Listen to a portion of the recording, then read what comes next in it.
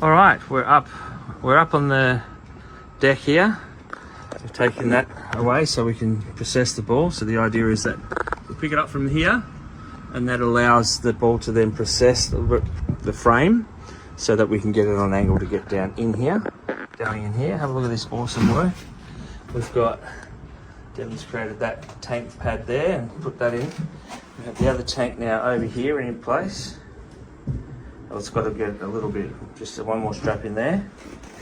And then we've got the black water tank still loose, so we can move it around if we need to.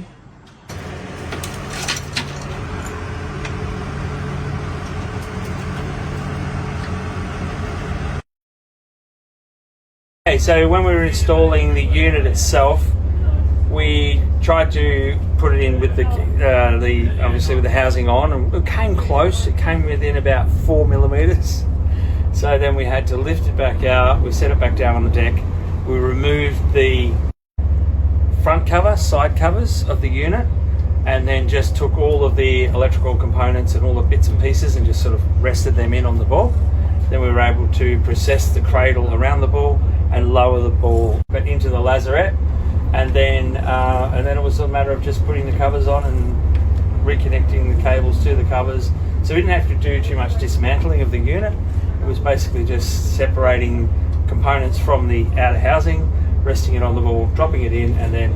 But we can, if we need to, and depending on the installation requirements, we can break the unit down to the ball. But for the most part, we had about 200 mils shy of clearance, and we were able to just process the cradle around the ball and then drop it down in like that.